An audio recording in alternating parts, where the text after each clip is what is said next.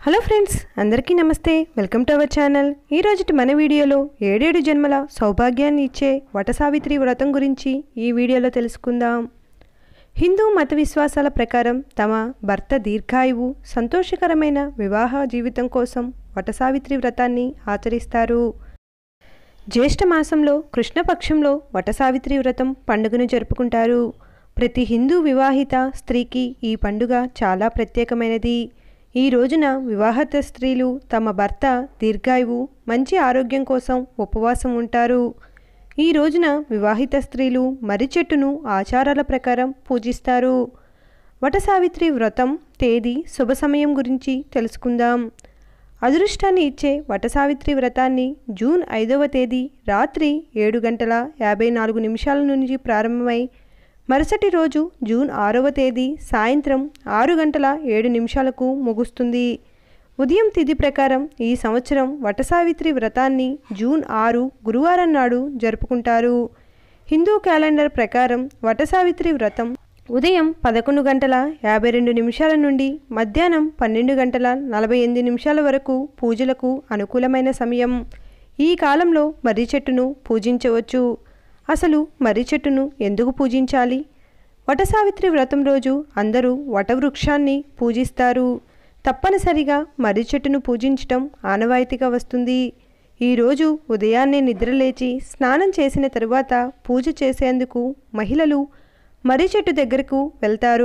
2 బుట్టలు తీసుకొని ఒక దాంట్లో బ్రహ్మ విగ్రహాన్ని ప్రతిష్ఠించి ఎడమవైపు సావిత్రి విగ్రహాన్ని ప్రతిష్ఠించాలని పండితులు చెప్తున్నారు.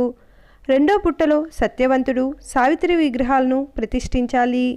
ఈ 2 బుట్టలను మర్రి చెట్టు కింద ఉంచాలి. మొదటగా బ్రహ్మను పూజించిన తరువాత సత్యవంతులు, సావిత్రిని పూజించాలి.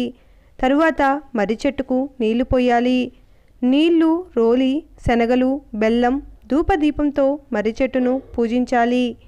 నైవేద్యం సమర్పించిన తర్వాత చెట్టు చుట్టూ దారాన్ని 3 సార్లు చుడుతూ ప్రదక్షిణ చేయాలి. తరువాత మర్రి చెట్టు ఆకులతో ఏర్పాటు చేసిన దండ ధరించి వటసావిత్రి వ్రతం కథ వినాలి. ఈ చెట్టును పూజించడం వెనుక కారణం ఉంది. ఎందుకంటే మర్రి చెట్టు కింద ఉన్నప్పుడే సత్యవంతుడి ప్రాణాలను సావిత్రి యమధర్మరాజు దగ్గర నుంచి తిరిగి తెచ్చుకుంది. వీరిద్దరూ ఈ చెట్టు కింద ఉంటారని చెబుతారు. మర్రి చెట్టు యొక్క ప్రాముఖ్యత. రావి చెట్టు మాదిరిగానే మర్రి చెట్టుకు కూడా ప్రత్యేక ప్రాముఖ్యత. పురాణాల ప్రకారం బ్రహ్మ, విష్ణు, మహేశ్వరులు ఈ వటవృక్షంలో నివసిస్తారు. అందుకే మర్రి చెట్టు కింద పూజలు చేస్తూ ఉపవాస గాథ వింటే కోరిన కోరికలు నెరవేరుతాయి, దీర్ఘాయుష్ లభిస్తుంది.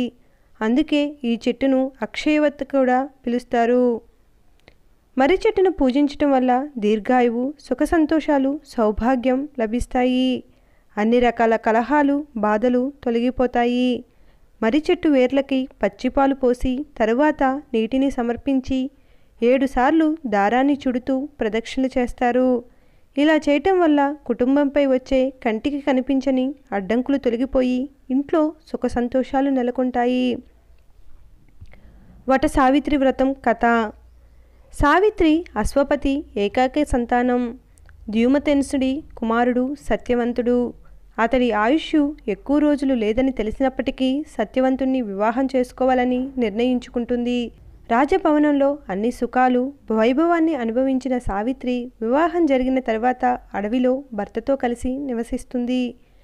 మర్రి చెట్టు కింద సావిత్రి దంపతులు కూర్చున్న సమయంలో ఒకనాడు యమధర్మరాజు అతడి ప్రాణాలు తీసుకుపోవటానికి వస్తాడు. తన భర్త ప్రాణాలు తీసుకువెళ్ళొద్దని సావిత్రి వేడుకుంటుంది. కానీ ధర్మరాజు ఒప్పుకోడు. అప్పుడు సావిత్రి యముణ్ణి విడిచిపెట్టకుండా అనుసరించటం ప్రారంభిస్తుంది. ఎన్నిసార్లు నిరాకరించినా ఆమె ఒప్పుకోపోవటంతో సావిత్రి ధైర్య సాహసాలకు, త్యాగానికి మెచ్చుకొని 3 వరాలు కోరుకోమని చెబుతాడు.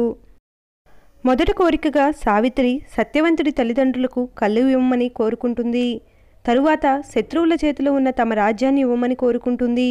3వ కోరికగా తనకు 100 మంది కుమారులు ఇవ్వాలని అడుగుతుంది. సావిత్రి పతిభక్తికి మెచ్చుకున్న యమధర్మరాజు ఆమె భర్త ప్రాణాలను తిరిగి ఇస్తాడు. వైవాహిక జీవితాన్ని ఆనందమయం చేసే మార్గాలు.